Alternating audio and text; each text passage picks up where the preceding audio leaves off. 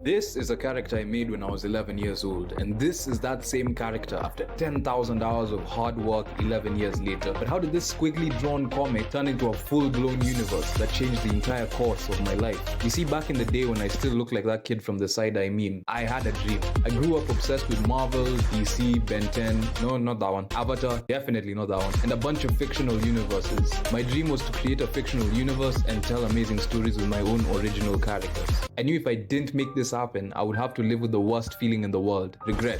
I was terrified of regret, so I had to make my dream come true no matter what. I ended up putting in an insane amount of time, energy, and hard work for years of my life just for this dream to come true. I had a big problem. Where do you even begin making your own universe? I have zero experience, I know zero people who've done this. So how do I start? For that, we're just going to have to go back to the year everything started. Using my time machine, of course.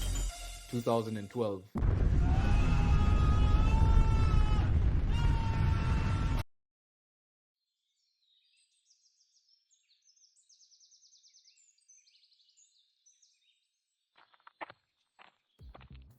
Wait, Angry Birds Star Wars, the first Avengers movie, Gangnam Style. Holy shit, it worked. I'm in 2012. I know you're probably thinking, where did it all start?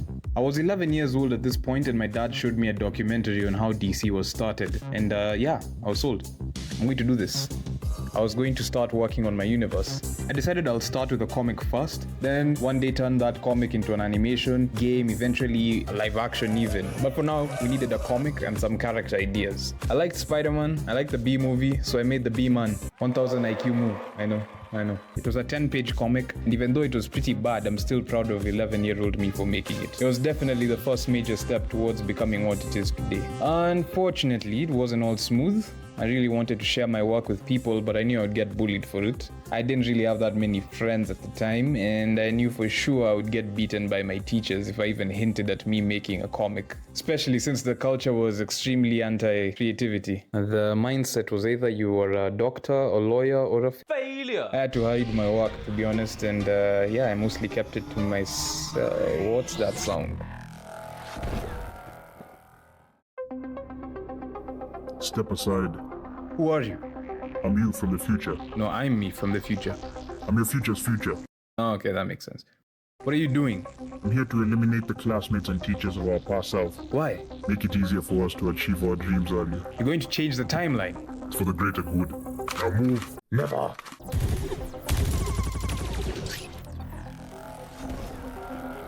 Who are you? I'm your future's future. Makes sense. I'm here to stop Future 2 from changing the timeline. Well, he's running into that portal, so that's not good.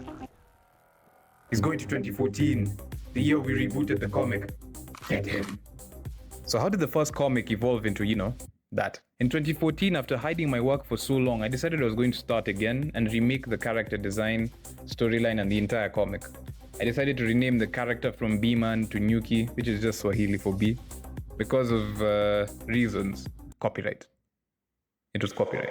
I wanted to work on this as soon as possible before high school rolled out. I'd made some friends at least by this point who I ended up showing the work and they loved it. They gave me the confidence boost I needed to reboot a bunch of other characters I made, and to be honest, at that point I just wanted to finish school so I could start working on this full time. I had to stop everything because of some national exams called KCPE, and yeah, when I was caught not revising and my drawings were found, I was taken to the principal's office and whooped by multiple teachers at once to make sure I stopped drawing. Safe to say I put my dreams aside for my butt's sake.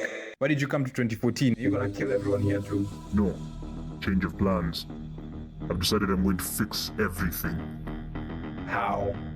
2014 is the year Harambe was transferred to his new zoo. 2 years before that same zoo kills him. If I can stop that, I can fix the entire timeline. It will stop every bad thing ever, including 2020. Okay, that one I'm okay with. No, if he does that, we have no idea what it could do to the timeline. Yo, you just killed us. No, I sent him to 2018. The year we released our first comic. So now I'm around 17 years old and my art style has improved a lot. I've also been learning more about storytelling, so I decided it was time to share my work with the world. But I had a big problem. Fear.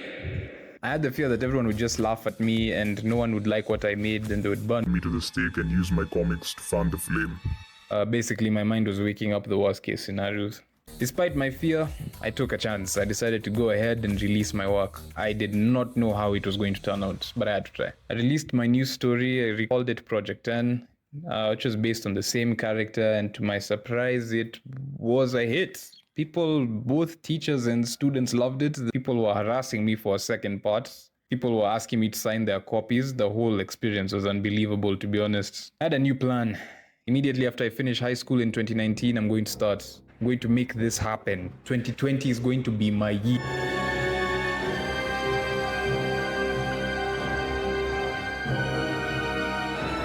Bro, what the hell? This was supposed to be my year. How am I going to promote my comics at events now? I have to save Harambe. Never! Who are you? Ah, shit. We're in 2020. First year of quarantine. What do you mean the first year? As in, lockdown goes longer than 2020. Now look what you've done. He wasn't supposed to know that. Since 2020 kind of ruined my plans, the whole quarantine thing, and I couldn't go to events to promote my work, I decided to put them on a website called Webtoon. I posted my comics on Webtoon every week, and I also made TikTok videos about them. I went mini viral on TikTok. I gained like 10,000 followers in 3 months, which was pretty much a big deal for me back then. I didn't know it yet, but I was about to follow the dumbest advice I have ever received. You see, I'd already built a consistent schedule. I would post 4 TikToks a day, relatively easy, and then release 1 episode on Webtoon a week. Slow and steady. Then I watched this tutorial by this guy on YouTube. He was giving TikTok growth advice. He was saying, post 8 to 10 times a day if you really want to see growth. I'm not exaggerating. He said 8 to 10 times. And then he showed proof of accounts he'd grown to millions of followers. And obviously my 19-year-old self saw those followers and was like, wow. I want that many followers for my comics. Didn't take into account this guy wasn't making comics. He wasn't coloring, inking, writing. The whole process is pretty stressful. All the progress I made on my universe stopped. Ah, so I have to kill the YouTuber as well. Bro, I burnt out. I stopped uploading on Webtoon. I stopped uploading on TikTok. My laptop stopped working. I couldn't afford a new one. I couldn't socialize. My grandmother started getting sick and we had to start taking care of her, and my uncle lost his life. All around the same time. I genuinely gave up. You want universe, I'll stop trying. So I did. But you're probably thinking that can't be where the story ends. After 2020, I felt numb to everything. I wasn't really sad or angry, it was just numb. I had a pretty negative outlook on my future, to be honest. I wasn't even thinking about my dream anymore. Until I got a call from a big publishing company in my country.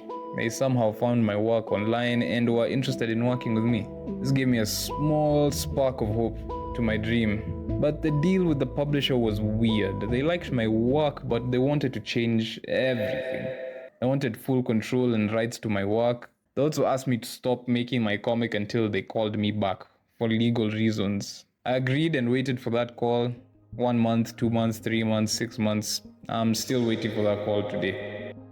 Realizing they won't call back, I decided to stick to my original plan. Started my own company to self-publish my work. Lockdown rules were easing up and there was a comic book event in around 4 months. But the spark was kinda coming back.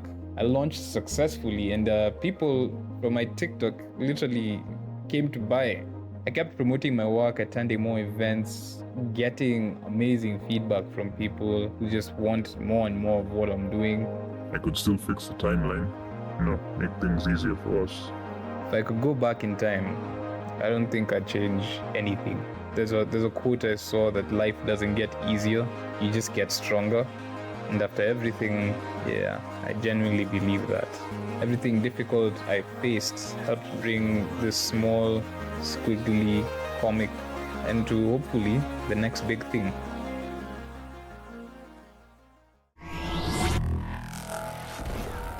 We're about to close the portal. Holy shit,